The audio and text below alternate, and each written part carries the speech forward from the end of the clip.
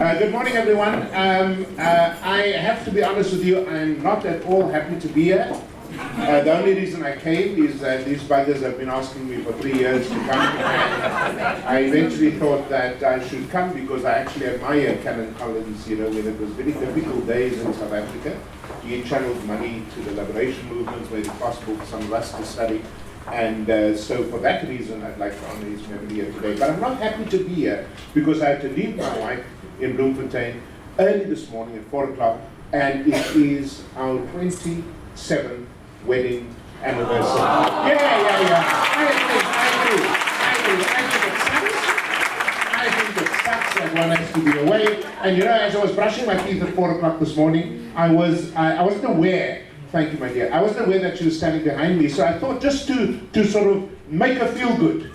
Don't do this when you're married. You'll never get this right. I thought I'll just make a joke. Because it's difficult. You're leaving your family, you're leaving the person you married. Actually, not far from here, we got married after her father threw me out of the house because she's light-skinned, I'm dark-skinned, and he was, I'll lie you not. And he didn't like the fact, even though we were both black, he was worried about his grandkids and what they would look like. He was quite blunt about that. So we've been through a lot of crap, And so I didn't want to leave her, so I thought I'd make a joke. And I said, look, we're married 27 years. That's the same number of years that Mandela was in prison. Oh my Lord, she just took it up the wrong way. She thought I was saying that my marriage is like a prison. So the day didn't start off very well, and then of course I tried to, because I was brushing my teeth, I didn't see that she was obviously horrified here behind me, so I went on to the next joke. I was on a roll. You see, men don't get it the first time, so I was on a roll. So I said, well, maybe I will also now be released. Oh Lord, I didn't have breakfast this morning, That's all right. Anyway, so I'm not happy to be here, but what the hell, I'm going to make something of it, and so on. And then, this morning at the airport, I think sometimes when the day is bad, it's just bad. So, Rina Bloomberg, anybody know Rina Bloomberg? So there's this long line at the airport, and it's quiet, it's early morning. Rina Bloomberg is the manager of Garrett Club. So Rina, who is a South African Jewish woman, which means you just sort of say things out in the open, you don't restrain yourself. So she sees me and says, Jonathan, you were wonderful last night, and everybody's looking, oh my God, what the hell was he up to? I said, Rina, for heaven's sake, it was a speech. This thing happened. Oh man. This day is not, and then they tell me to come here. How must I know this place is here when the convention center is there? So I parked on the other side of the waterfront and I had to walk all the way here. Anyway, it's been a rough day. I am a teacher by profession. I need to know because I moved. Like last night, I spoke to rising stars. These were sort of corporate. I don't like those kind of talks because I don't believe in the capitalist economy. But these are sort of people who had made their names as young people like yourselves in the corporate sphere. So it was called the Rising Stars thing. And it's very difficult for me to make an emotional shift from one thing to the next. Yesterday I made 5 speeches in Johannesburg. So it's very difficult because you go from a high school called Jeffrey Girls to a corporate function to begging for money from a foundation and so on. So just to get a feel for who you are, who are you, ma'am? Where are you from? What are you studying? I'm studying Matabase from Pretoria, University of Pretoria, PhD, Chemistry Education. Chemistry Education. I love it. I love chemistry education. Yes? Hi, I'm Sabrina. I'm studying Law law here. at UWC. What kind of law are you studying? I think I'm going to corporate law, but I'm interested in labor law. Labor law. Fantastic. That means you're from UWC. They always sort of take the side of the oppressed. Hi, I'm Stephanie Dyers. I'm studying biomedical research at Stellenbosch University. Stellenbosch University. Fantastic. Hi, I'm Skulumile Sinyolo, University of KwaZulu-Natal. I'm an agricultural economist. Agricultural economy, oh my Lord, you are smart people. Gee whiz. Hi, I'm Patricia Ndlovu. I'm from Wits University. I'm studying PhD in industrial sociology. Industrial sociology. Fantastic. Lovely to meet all of you guys. Okay, so I'm at the University of the Free State. We have 30,000 students and 3 campuses. When I got there in 2009, the place, you could cut through the tension, the racial tension between white and black, because as some of you know, we had a horrific incident there called the so-called rape incident, when 4 white boys decided to humiliate 5 black workers, 4 of them were women, 2 or 3 times their ages. And the book about that, by the way, is coming out next month through Routledge in London. It's going to cost you £140 unfortunately, since they only do paperback. But it's an attempt to understand a big question that I don't think has really been grappled with in social psychology and education, which is it possible to be racist and intimate at the same time? What do you think?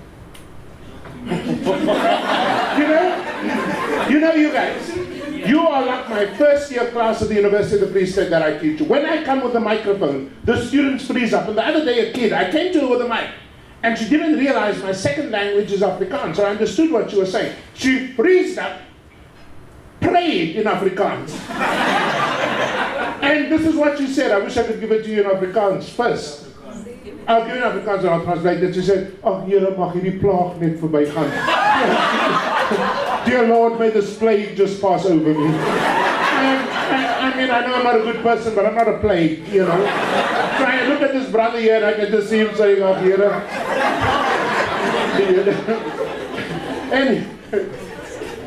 And of course, racism and intimacy can coexist. In other words, you can love somebody and hate them at the same time. Put it bluntly. How do I know this?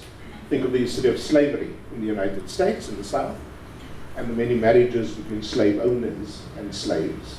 The Hemingses of Monticello, for example. I can give you a million examples. Think of domestic labor in South Africa. Think of how the domestic carries the young white kid against her body. But by the time that kid reaches puberty, the kid has learned to hate, even though the person who raised that young man or woman loved that person, cared for the kid, and reciprocally cared for the domestic. But there comes a point at which you learn to hate. Think of intimate partnerships. I taught at a school over here somewhere, it's called Trafalgar High School. I'll never forget it. I was a young teacher of 20 years old, and I tried to break up a fight between what the Cape Townians call bergies. You know what a bergie is? What is that? A mountain goat. Well, you sort of with the wrong species, but you know, so, you know, in Johannesburg it's called a tsotsi. You know, in Cape Town it's called the bergie. In the Free State we call it the Youth League. But you know, they are different kinds, you know.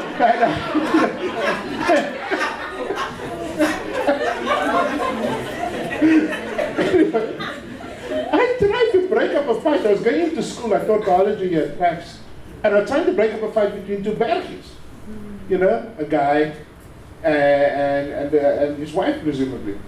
And bergies fight. Bergie couples fight all the time. If you grow up in Cape Town, you see that. So I go in as a sort of a really noble, virtuous male to try and break up the fight, and they both turned on me. They both beat me up. Try it, it works. So it is possible, because you see, what nobody understood was, how was it possible that these young men, when I interviewed them over several years, they would say, "No, you misunderstand, we actually love these squeezers."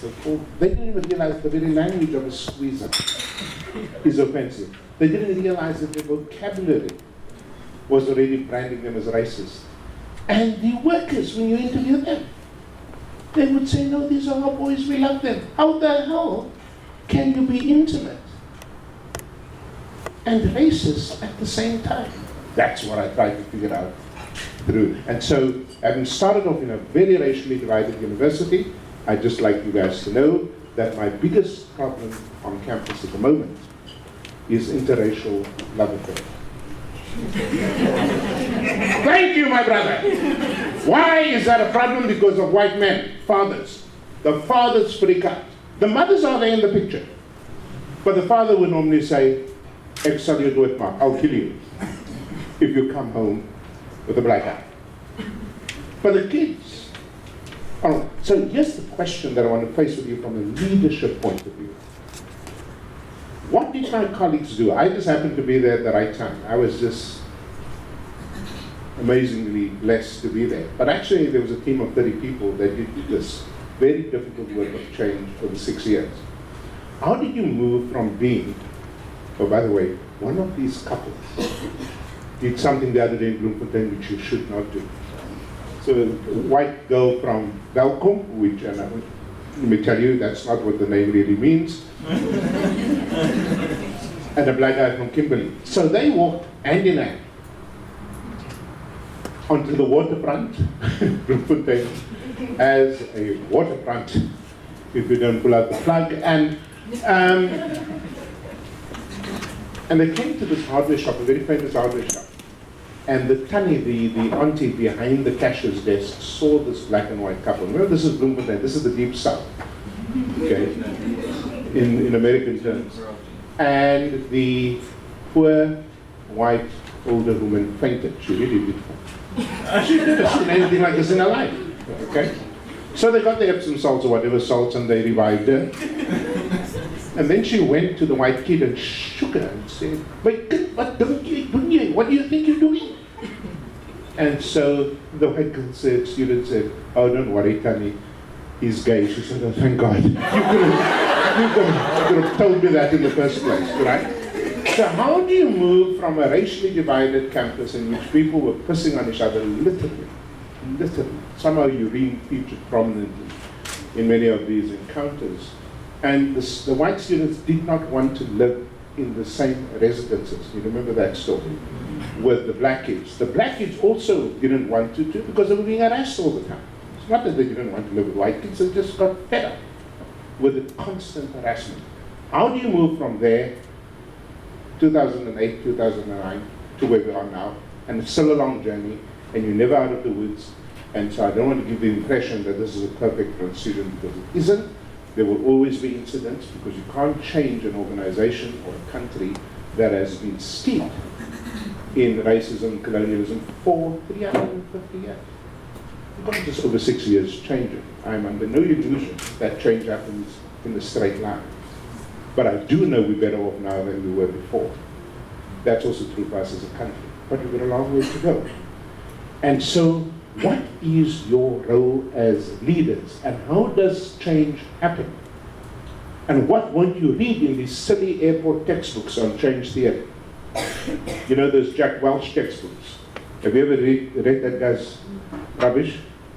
"Oh, I came into this is typical American bravado. I came into the company, I took it by the scruff of the neck, I turned it from deficit into profit, and Kaikulai Now, let me just tell you something. That is an 18th century model of leadership. I call it the Tarzan model of leadership. 21st century organizations do not change in that way. And so I'm going to upset some of you, particularly those of you who are from universities who believe the way to change is to destroy. And I already see some of you getting very nervous. So I want to tell you what I have learned over 6 years, and indeed over many more years. But before we get there, why is it important that you help this country turn the corner, help Zambia and Zimbabwe turn the corner, help wherever you come from turn the corner? Why has this become so crucial? Because of the breakdown in leadership in every sphere of society. There's a breakdown of domestic leadership. Do you know how many students, certainly at our university, I'm sure many of your universities, grow up without a father? Guy's missing, okay? Mother often struggles to put the kids through. There's a breakdown in domestic leadership. There's a breakdown in corporate leadership. Not a day goes by where somebody isn't found to be corrupt in the corporate world. This is not just government. Let's not even talk about government. There's not a day that goes by that there's not another government official found to be lying about their qualifications. Do you know corruption has become so institutionalized in this country that if you don't steal in the Eastern Cape, they think you're odd. There's this new normal that everybody steals. When I did my doctoral research in Chinoy, in Zimbabwe, I could go in, get my visa stamp. I go there now, and the guy looks at me and talks about missing passport pages, and I say, "Fuck you, I'm not giving you an extra cent." Okay? Because I will not support, rather send me back to Johannesburg, but I will not pay you to be corrupt. Okay? So we have in all of our countries a new norm where you can't arrest a genocidal criminal like al-Bashir. Okay? And your deflection is Bush and Blair instead of dealing with al-Bashir. Okay? We need you in leadership, and you unfortunately can only have leadership with education. I'm sorry. So what does this graph tell you? Let me see how smart you really are. Madam. It shows how much we spend on education and how educated people are. Oh, for heaven's sake, you must be a misgraduate. What do you see here, man?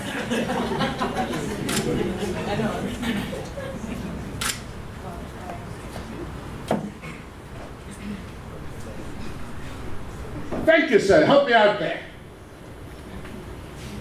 Yes.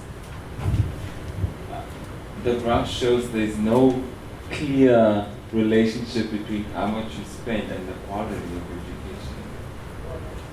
In fact, it's quite the opposite. It shows there is a relationship and we don't like it.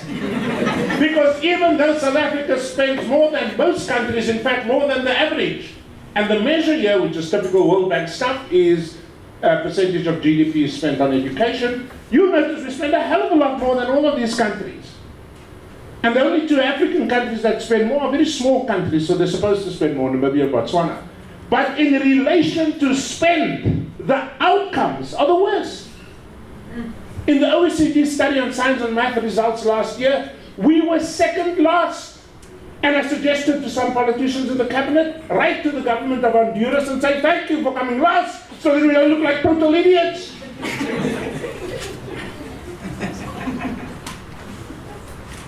And this is the reason why this country is in trouble, because we celebrate mediocrity in everything we do. Our role models are Zuma and Malema, rather than Biko and Zimbabwe, who got their education when it was difficult. Oh man, don't get me going here. I went to graduation the other day and I saw a bunch of young men all neatly dressed in their gowns, and I said, young man, do you know who Robert Zimbabwe is? He says, yes, Prof, I know. And my heart swelled with pride. He knows who Zimbabwe is. I said, who is Zimbabwe? He said, Prof, I think he's a left back for Sundowns. I said, you know what? You know what? Even as a Buccaneer, I can tell you there's not a Zimbabwe in Sundowns. But that's what become of us. The people who tear down statues at UCT. Listen to me. I didn't come here to agree with you. When you tear down a statue, where's the education? You're looking at the home. I don't like the bugger. And the reason people then started to mess with Sarki Bartman and a bloody horse in euthanasia is precisely because there wasn't an educational basis to the activism. And when my students came to me and said, what shall we do? I said, it's up to you, but I think we should teach ourselves about memory and history and identity. And how about we put you all on a plane and you go to Auschwitz so that you never again listen to a person who says, I love Hitler. It's disgusting. And why have none of our vice chancellors said that? It's disgusting. Don't tell me you're angry. I'm supposed to be angry.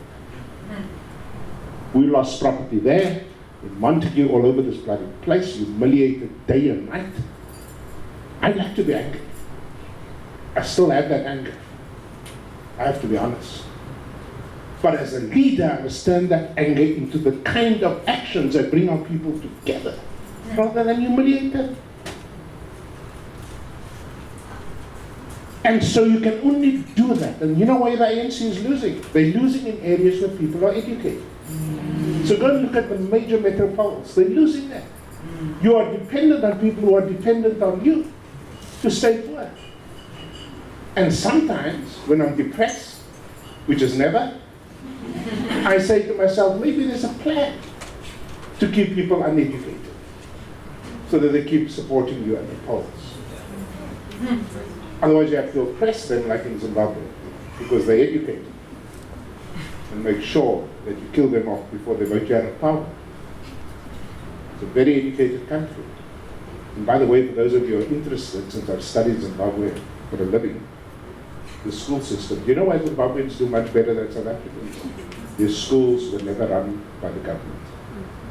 The schools were always run by the Catholic churches or the Anglican churches. So for all Ian Smith's madness, they at least had the common sense not to try and run the schools. Yeah, the day they took over the schools in 1954, under the illusion that the churches were offering, quote, liberal education to black people, that's the day the system crumbled. The Mandelas, the Mbekis, the Tambos, the Yumasakelas, they all went to schools starting with the word saint. And schools like Lovedale and Hilltown and St. Peter's and so on and so forth. Zimbabwe, I would hire a Zimbabwean teacher on face value. I can show you the results. I'll never hire a South African teacher next to a Zimbabwean teacher. South African teachers are bloody hopeless. In two ways. One is they don't know enough subject matter, and second is they're lazy.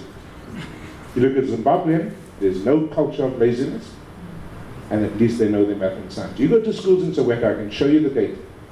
The schools average in all the subjects except mathematics is 30%. In mathematics is 80%. Why? The teachers from Harare, Bulawayo, Chinhoyi. When your education system is weak, your leadership is weak. And we're celebrating the wrong models. I don't like going to Tanzania because they talk about Dr. Julius Nyerere, Mwalimu, meaning the teacher. Who must I talk about?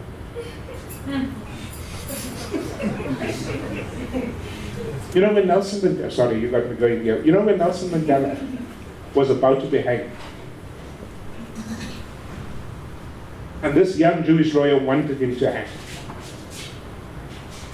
And Mandela had to give his defense before they decided to hang him. Do you know what Nelson Mandela started with? Do you know what the first sentence was in his defense in the Ravonia trial? Please, Judge, I've got a beautiful wife called Winnie. No. Please, Judge, I've got 2 young girls. No. Yeah, that was the intro. But what was the first substantive statement? No, that was the end. His first statement, go and read it online, was, I hold a bachelor's degree in the arts. S.A. Who the hell cares about your degree? What Mandela you say you can take away everything. You can even kill me. But I hold a bachelor's degree. Yeah, we boast. I failed woodwork. And I can lead a political party in red jumpers.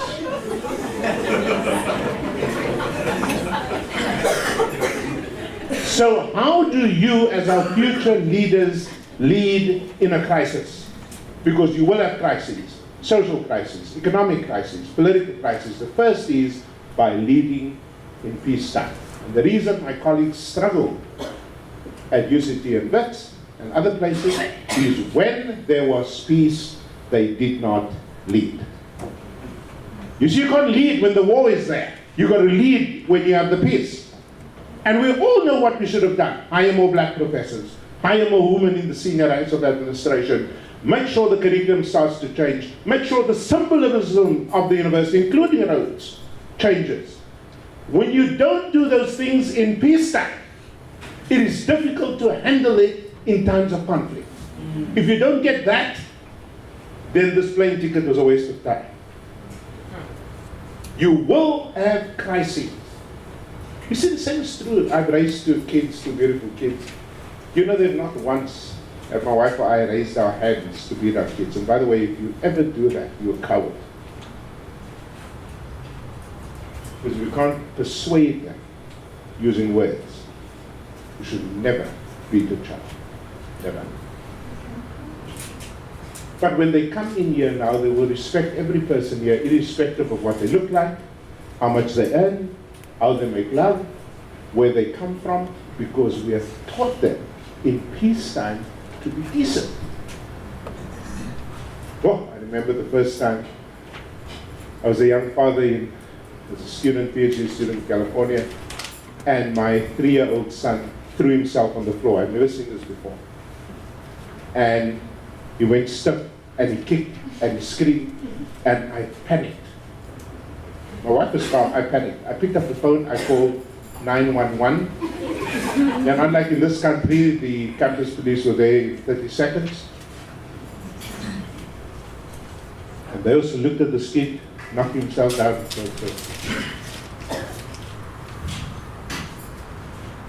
And then when he was done, my wife said to him, Mikhail, very calm, that is what they call a tantrum. That was your first tantrum, and that is your last tantrum. And for 29 years, he never again threw a tantrum. Oh, I wish I had a government that looked at all these strikes and said, that is a tantrum. Oh, I wish we had university leaders that said to students breaking down the very buildings in which their children have to come and study, and say that, in a manner of speaking, is a tantrum.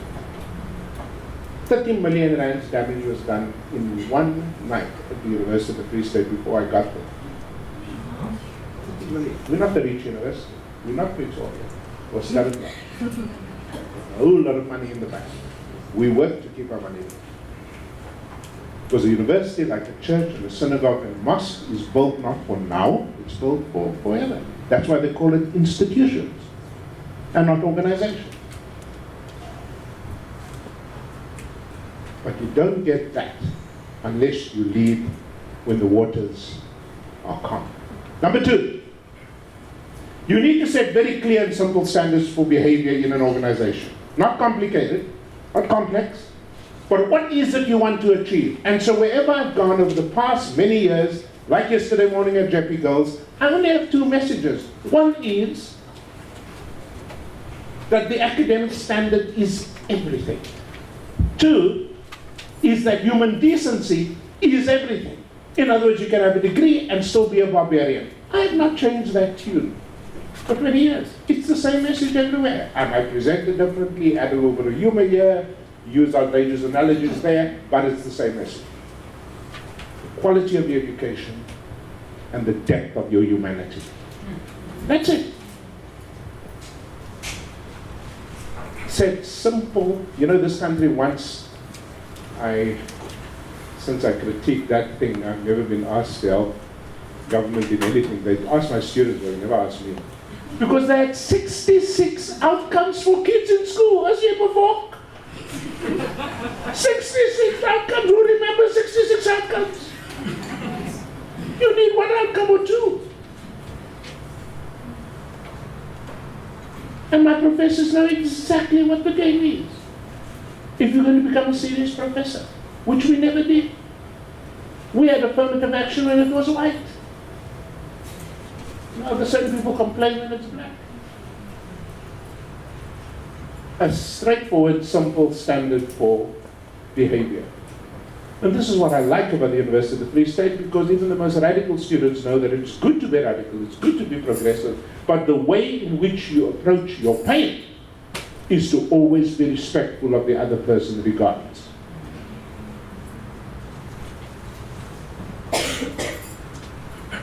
Number three, you got to listen to people.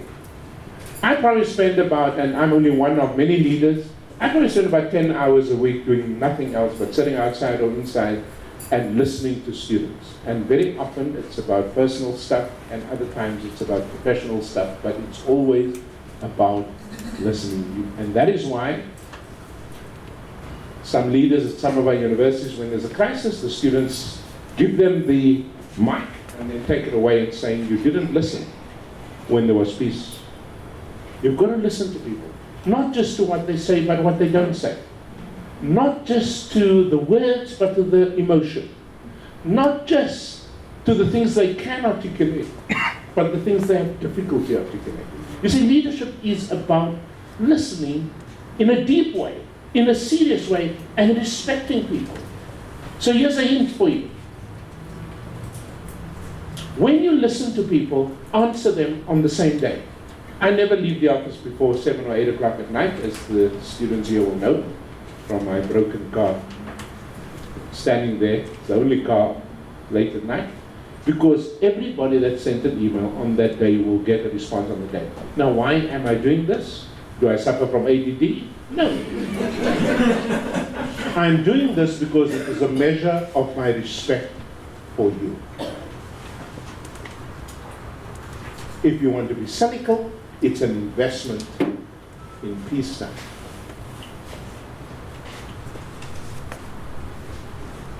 And when one of my most radical students came to me the other day, I realized it's time for me to move on.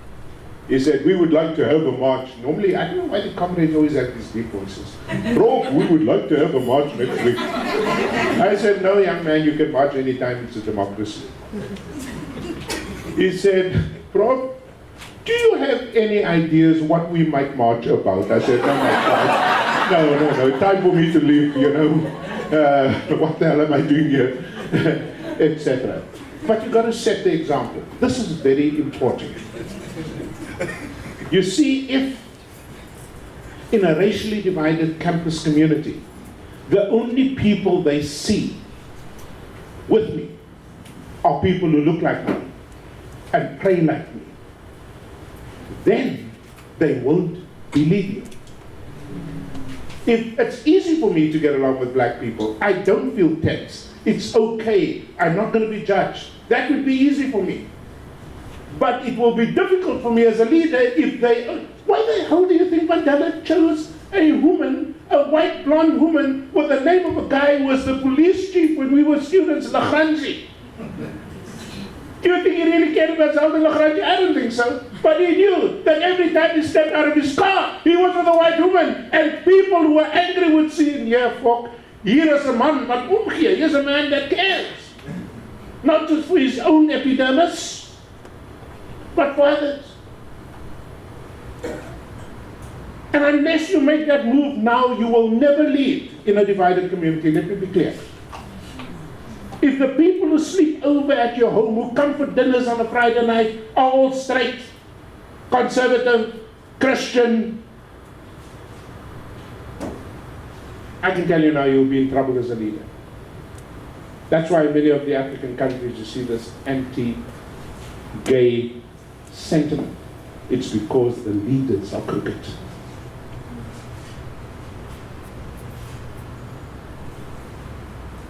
My son came home 2 years ago with a white girl. I was so upset. He said, Dad, you can no longer avoid meeting cat spirits or Catherine. So my wife and I, against our better judgment, jumped in the car in Bloemfontein, drove to Pretoria to meet the enemy. And when we got to this restaurant, on the one side sat the black Jansens, on the other side sat the white Bartletts. And my son came tiptoeing to me. He said, Dad, whatever you do, do not embarrass me. I said, son, have I ever embarrassed you? And he rolled his eyes.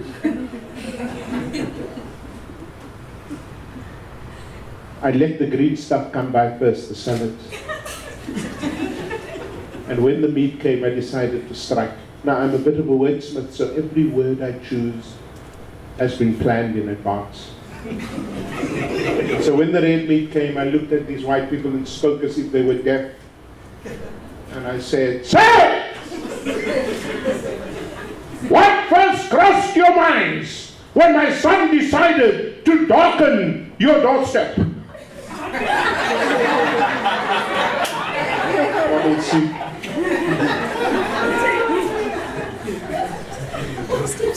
Oh my Lord. Catherine's mother was, as they say in Afrikaans, nie op haar bek geval nie. She immediately responded. But what I liked about the response, she didn't speak. You know why I don't like my hometown, Cape Town, is a lot of people who live here, Rondebosch, Claremont, Kenilworth, they speak English as if they're still in England. You know that English? She spoke in working class English, so I could relate to her. She said, well, I said to myself, so the first thing she thinks when she sees my black kid in the door, she says, well, I said to myself, Brenda, I said, are you truly a non-racist? So she didn't judge my kid, she questioned herself. And I ran towards her, gave her a big hug, because she's big, and we become best friends. But the You got it. The reason I'm telling you the story is because my son is better than his father. His capacity to love and embrace regardless is at a different position than what I am.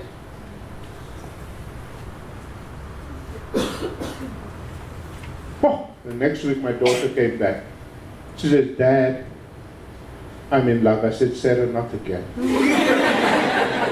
So at 4 o'clock that morning, I had to get up to wait for the boyfriend who was coming in from Durban by bus into Bloemfontein, because you know, in my culture, you can't just have a guy come into your house who's looking for your daughter, you know. So 4 o'clock I got up, and he came in 4 o'clock in the morning, stretching out his hand to greet me. Did I ask for his hand? No. So I left him hanging. Sorry, I'm just a father. Fathers do this. You know? I said, son, what is your name? He said, Mpo. I said, ha! All my friends who are called Mpo are women. What have you not told my daughter? You know, you can't be careful, you Caitlyn Jenner. You know, you don't know.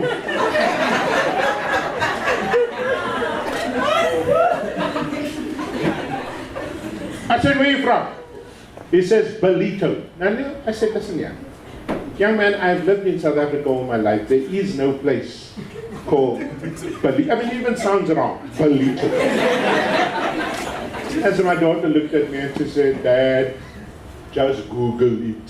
So I Googled it. Would you believe it? I don't even know this. North of Durban. There's a place called Belito. So I realized I'm not getting anywhere with this guy, so I went upstairs to the safe to get the 10 questions. You see, when my daughter was born in Menlo Park, California, when she came out, came out by cesarean section. I had, in fact, when I saw the blood and the stuff around her coming out of her mother's womb, I saw the beauty of the skin. And I wrote down on that spot 10 questions that any man who one day comes to date my daughter will have to get through all 10 questions. So I went upstairs, got the page. It is yellowed with age. He sat down next to Sarah and I said to him, question number 1. Criminal record? He said, none. I said, bank account? He said, none. Previous girlfriends? He said, none. So I realized I'm not getting anywhere with this guy, so I went straight to question number 6 because it trips up every young man that's come through that door. I went straight to question number 6. Because as a devout Christian and a fundamentalist, I take Ezekiel 13 and verse 9 very seriously. It says your daughter must not marry an uncircumcised Philistine.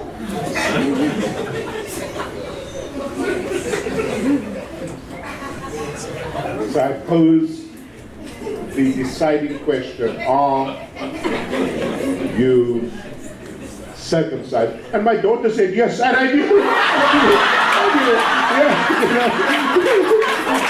Yes, trouble, yes, trouble. Yes, trouble.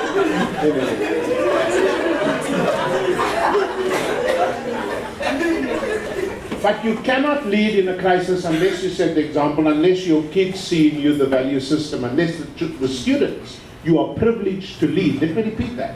The students, you are privileged to lead unless they see in your example. I'm not saying I'm too old to sort of be flattered by anything, you know, so take this from where it comes. But after I've paid all my bills, every single cent goes to a student bursary to help a student in need. I'm not saying that because I need your approbation. I don't. I'm saying that because the reason students trust you, the reason followers believe you, is when your example. I don't drive a fancy car.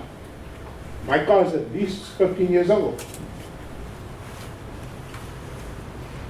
And people say they're embarrassed when they see me come into campus with that car. I don't care. By the way, this might shock some of you. this is going to be a great shock. When you die, I just want to tell you this, and you will all die one day, you can't take anything with you. I'm so sorry to break this news to you. You know, this is like really horrible. Somebody should tell that Donald Trump this, you know, you can't your example. You've got to discipline people. But here's the key. Oh man, and I'm so happy I met that woman over there. Just before I came in here. You cannot discipline until you have love first. Let me repeat that. You cannot discipline unless you earn the right to discipline. You can't just go in with a big stick and be Mr. Man. You've got to love first. For those of you who lead, whether it's in your Sunday school or your home or your school, when last have you hugged your followers?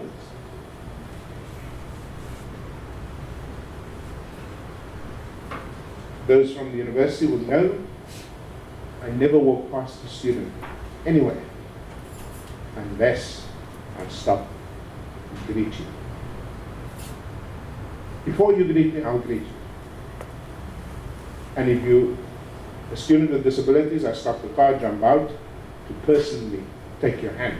You see, I do it because it's the right thing to do, but I'm also doing this because everybody else watches you as a leader, but you can't discipline unless you have love first.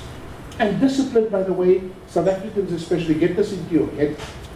Discipline is not the same thing as punishment. It's two different words in any language. And if you do it right, discipline and love become the same thing. Chew on that for the rest of the weekend. And you turn crisis into opportunity. I like Hillary Clinton one day sort of saying, you know, we've been blessed with a crisis.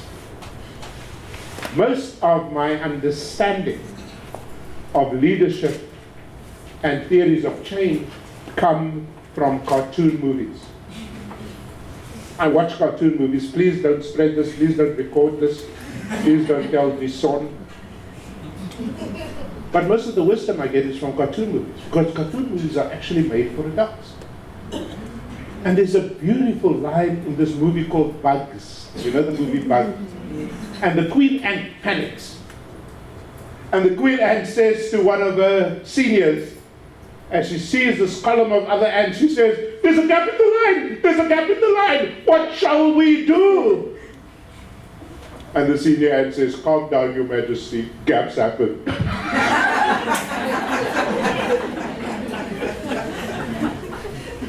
happen! You're going to have crises, where the hell were you? There's a very famous activist from Cape Town, the Cape Flats. When I was a young student, I have enormous respect for him. He's now at UJ, Farouk Essak.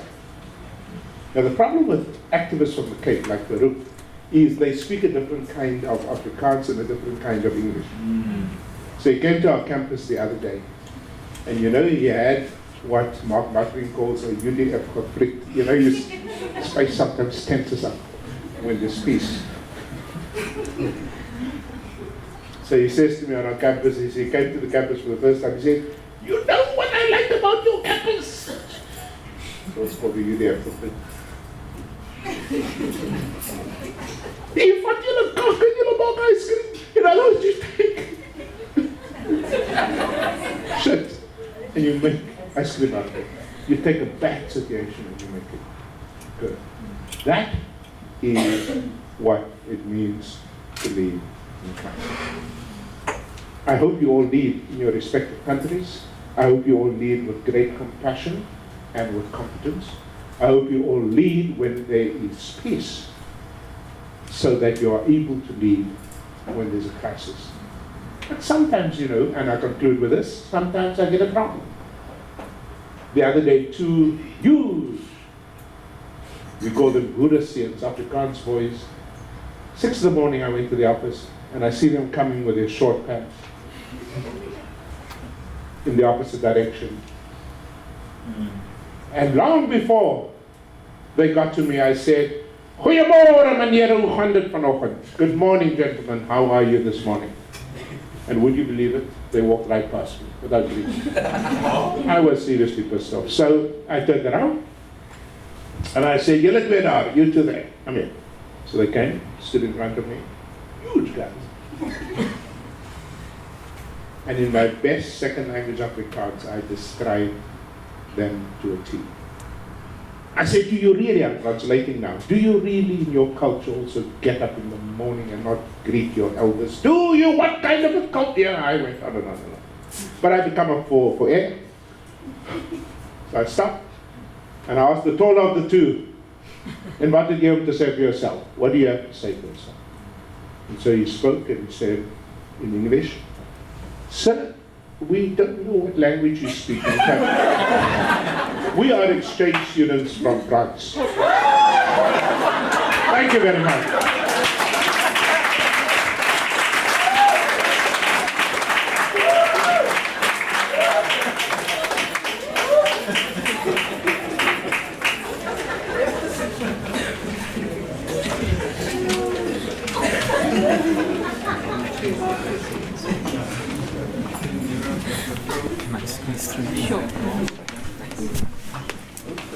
Come all the way to the back. Thank you very much, Prof, for that fantastically entertaining and informative talk. I hope you won't mind if we take a few questions. Okay, we have some roving microphones which Caitlin will bring around. If you feel there's any question about the state of the universe that hasn't been answered in the last hour, now's the chance to ask it. Who wants? Start with KG. Thank you. Thank you so much. That was a very awesome talk. I just wanted to ask your views. I'm working as an associate lecturer, so I'm a young academic. But what I've come to notice is being in the geoscience, we tend to go on a lot of field trips. So you tend to find that we're asking students to engage with each other outside the space of just academics and in the lecture hall. But what I'm finding quite difficult to kind of do is to break down some of the cultural divides that might be there between the white students and the black students, because we call it the polished black and the daisy white. That's what they do. They always will tend to separate themselves along that line. How can we aid that kind of, gelling and sharing each other's culture, even outside of the aspect of being in a lecture? Sure. And the book next month, I really do mean this in a non-commercial sense, because all the royalties actually go to our No Student Hungry campaign, so we don't get a cent out of it. But the first thing to do is to do it early. That is, we try to do that with fourth-year students who've already lost them.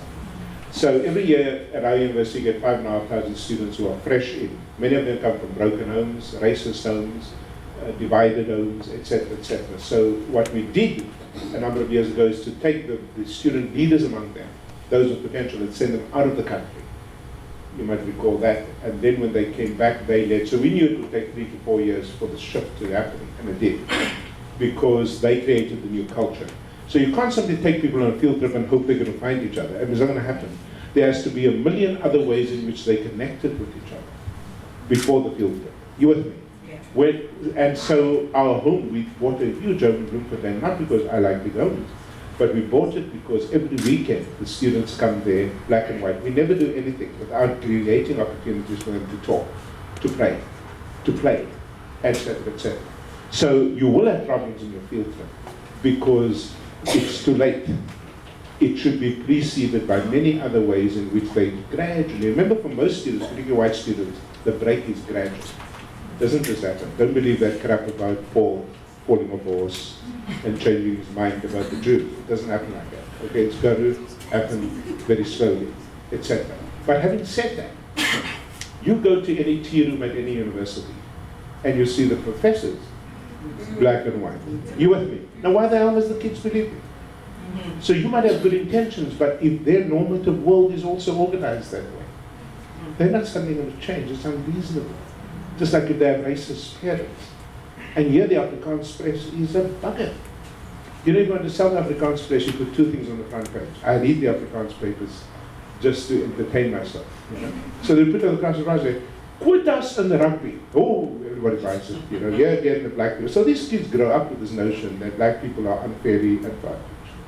Okay? Because of how they are primed in the media, in their homes, and even by their dominies in the churches. I can prove this. Okay? So the field trip is the last of your problems. What happened before the field trip? To interrupt what I called in my previous book, the knowledge in the black. Okay, just a follow-up on that. About the professors and material. How do you, as navigate? You are a young academic, you are black, and you come into a department, and you want to work with both groups. How do you, without, being singled out by the black as trying to, and I mean, I've had you, and that's the reality for us. That's what we're going through as young academics coming in. We have the older woman who's that older, she's been there, she's a professor, and she calls you a little girl, even if you're a colleague. She feels like, because in culture, she's older than you. According to our culture, you respect her. But you're a colleague, you have the same qualifications. And yet, you also have your white colleagues. And these people are probably your lecturers even. And you get on well with them. And now you try to get on well with this group, and this group criticizes you for trying to, forget who you are. Sure. No, I got that T-shirt. Don't worry about it. So the first thing I would say to you is look for allies. So in any organization, whether it's a school or university, there are people that think like you. Hang out with those people, make friends with those people. In other words, don't isolate yourself in that struggle. Okay. Secondly, develop a tough skin. So I've been called the son of many things by some of my black colleagues. I don't care that. It's the right thing to do. Okay. Thirdly, how do you get your authority as particularly a young black academic in a country like this? This is the best advice I can give you. And I gave this advice hundreds of times at your university. Do your PhD outside the country. In other words, come back with an authority that none of them. Nobody will call you girl again. You with me, as offensive as that is. So make sure that you are not emotionally tied to the very people for all your degrees who are going to undermine you. Leave the country, come back, and tell them where to get off. Yes, sir. Yes, thanks. I just want to find, I read a lot about what you write, because I'm an educationist also. I just want to find out, what's your ideal education system? And you talked about the fact that, academic standards is everything, So I just want to find out, given the fact that you have criticized OBE, what's an ideal one that you should have in this country? My other book, which, again, all the royalties go to the schools that we work with, is called How to Fix South African Schools. On each side of the covers, outside the inside cover, there's a set of videos made of the top schools in the country in poor circumstances, like in Vilwe in Toyando, or Mondale here in Richards Plain, or Menzi in Umlazi. So you'll see a whole lot of schools in there. That's my ideal school. There's no one ideal, but in those schools certain things happen that make them exceptional, particularly in the sciences and mathematics. One is the teachers show up. And as radical as that might sound to some of us, they actually do show up. Secondly, the principal is there from 5, 6 in the morning to lead, not to run the spousal shop, to lead. Okay? Thirdly, the parents become involved in the school because they tasted success. So because of success, they want the school to succeed. Okay? At Menzi High School, no kid leaves in grade 12 before 9 o'clock at night. They arrange special taxis to take the kids home because of the crime in J section in Mlazi. You see what I'm getting at? There's no one model of a good school. That's never been true. But we know that there are basic things that must happen. Not paperless classrooms. I don't know what this guy's doing in Gauteng. Did you see that cartoon of kids in Limpopo sitting under a tree? And they say, no, we used to paperless class. It's nothing new here. But get that book, it would give you some very helpful tips and so on. So you have the last word, and then I got to fly. and celebrate my 27th. Prof, thanks for a very engaging, very entertaining speech. But I'm curious about two things. I'm not sure if it's part of the performance or if you really mean it. The whole issue with strikes being a tantrum and your take on circumcision. I found those two things good. Yeah, no, I think after that you must just ignore it. It's just part of the stuff jokes, to get your attention. I find that it's very difficult. Do you know who is the most profound commentator on racism in our society? A fellow called Trevor Noah. But you don't know it until you get home, because he sort of critiques the anti-colonial spirit at the Heathrow airport, right? So you laugh at the joke, but when you get home, you sort of say he's just made a very profound set of commentaries. So a number of these things are just sort of stunts to get to the serious stuff. So I couldn't care less for your circumstances, etc. And obviously I supported my kids' choices of life mates. No, I mean, you were just able to discern the jokes from how do I get you there to think about the serious stuff of prejudice and bigotry and isolation and exclusion and that kind of thing. Yeah. Why don't you make it? Thank you very much indeed.